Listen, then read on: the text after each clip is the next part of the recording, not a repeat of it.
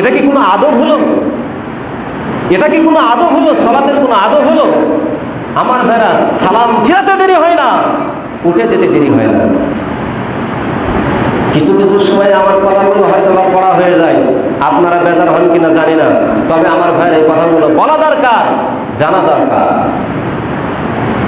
তাহলে আল্লাহ রাসূল কি কখনো হাত উঠাইছে? বলে না এরকমটি? তারা বলে। আসেন, মুহাম্মদ বিন ইয়াহইয়া আসলামী রাদিয়াল্লাহু তাআলা আনহু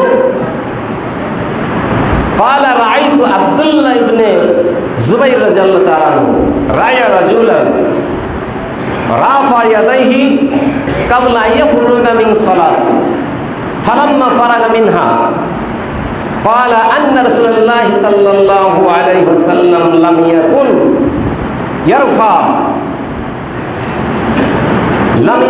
يرفع ইয়াদাইহি হাত্তা ইয়াফরুগা মিন সালাতিহি। আল্লাহু আকবার বলেন। আমার ভাইরা, একটাও বানোয়াটি কথা বলবো না, সব কোরআন এবং হাদিস থেকে কথা বলবো। প্রিয় হাজিরিন,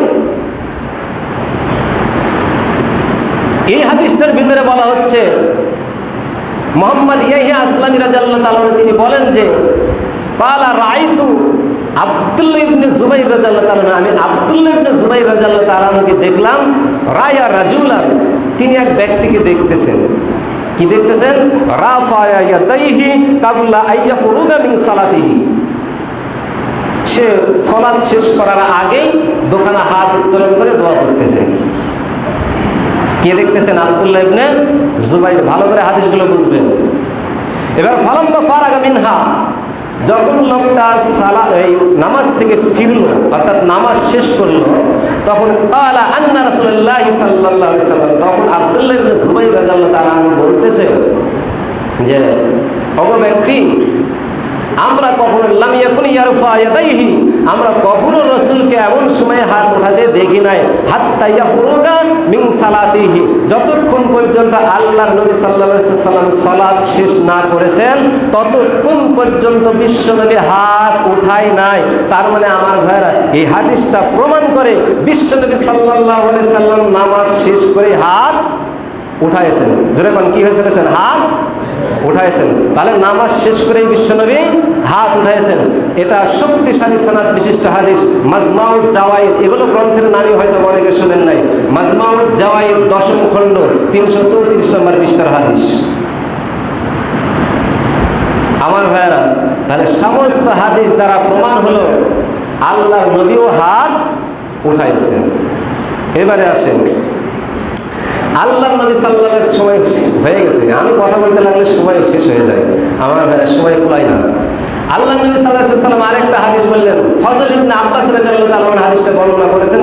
ক্বালা রাসূলুল্লাহ সাল্লাল্লাহু আলাইহি ওয়াসাল্লাম, as-salatu masna masna tashahhadu fi kulli rak'atayn wa takhashaw wa tadarru wa tamastaqanu wa tad'u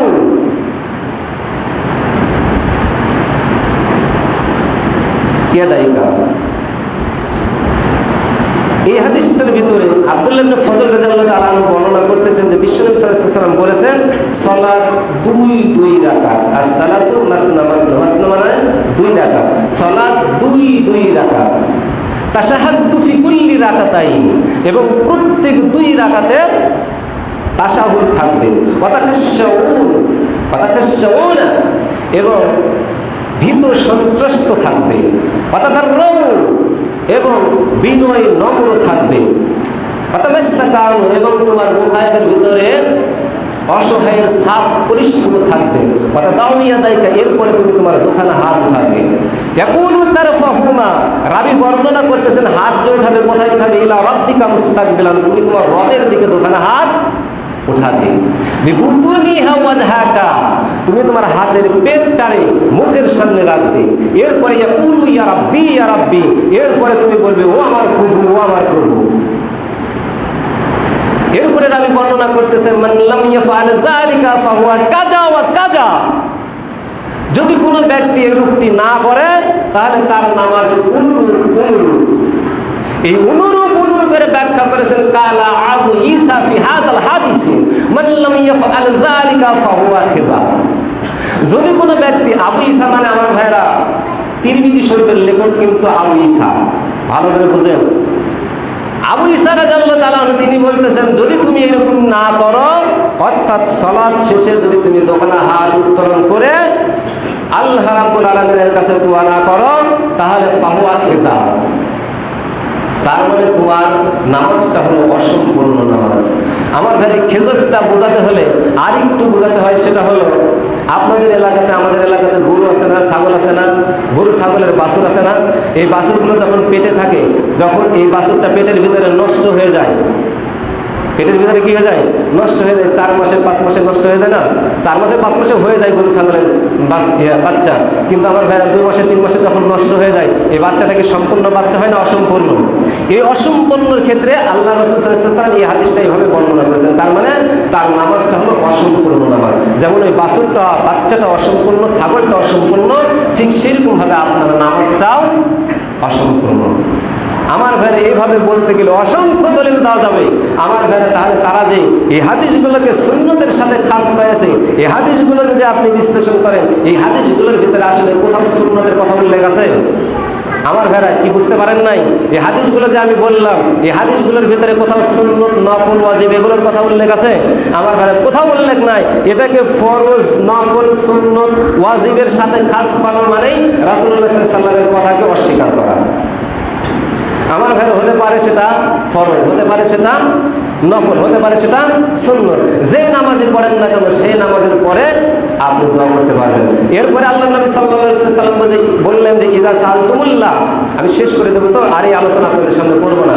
ইজা সালতুমুল্লাহ ফাসআলু বিবুতুনি উকিফাকুম, যখন তোমরা আল্লাহর কাছে চাইবে, তখন তোমরা হাতের পেট দ্বারা আল্লাহ রাব্বুল আলামিনের কাছে চাইবে। তার মানে আল্লাহর রাসূল চাওয়ার কথা বললেন, চাইতে বলেছেন আল্লাহর রাসূল, আর আমাদেরকে শায়েখরা, মোল্লারা চাইতে নিষেধ করে। আমার ভাইরা এরা যে কোন চক্রান্তকারী, আমার ভাইদেরকে যদি আমরা না চিনতে পারি, আল্লাহর রাসূল চাইতে বললেন, হাত উঠায় চাইতে বললেন, কি বললেন? ইজা সাআলতুমুল্লাহ, যখন তোমরা আল্লাহর কাছে চাইবে, ফাসআলু বিবুতুনি উকিফাকুম, তখন তোমরা এই হাতের তালু দ্বারা আল্লাহ রাব্বুল আলামিনের নিকটে চাইবে।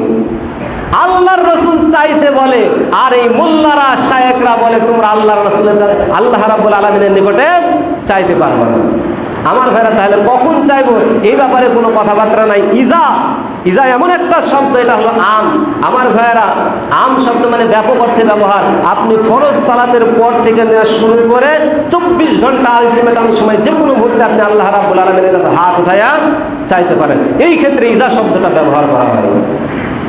তাহলে আমার ভাইয়েরা বোঝা গেল, এই ইজার দ্বারা আল্লাহ রাসূল সাল্লাল্লাহু আলাইহি ওয়াসাল্লাম বলেছেন যে যখন তোমরা পারবে, সময় হবে, তখনই তোমরা আল্লাহ রাব্বুল আলামিনের নিকটে হাত উত্তোলন করে চাইবে।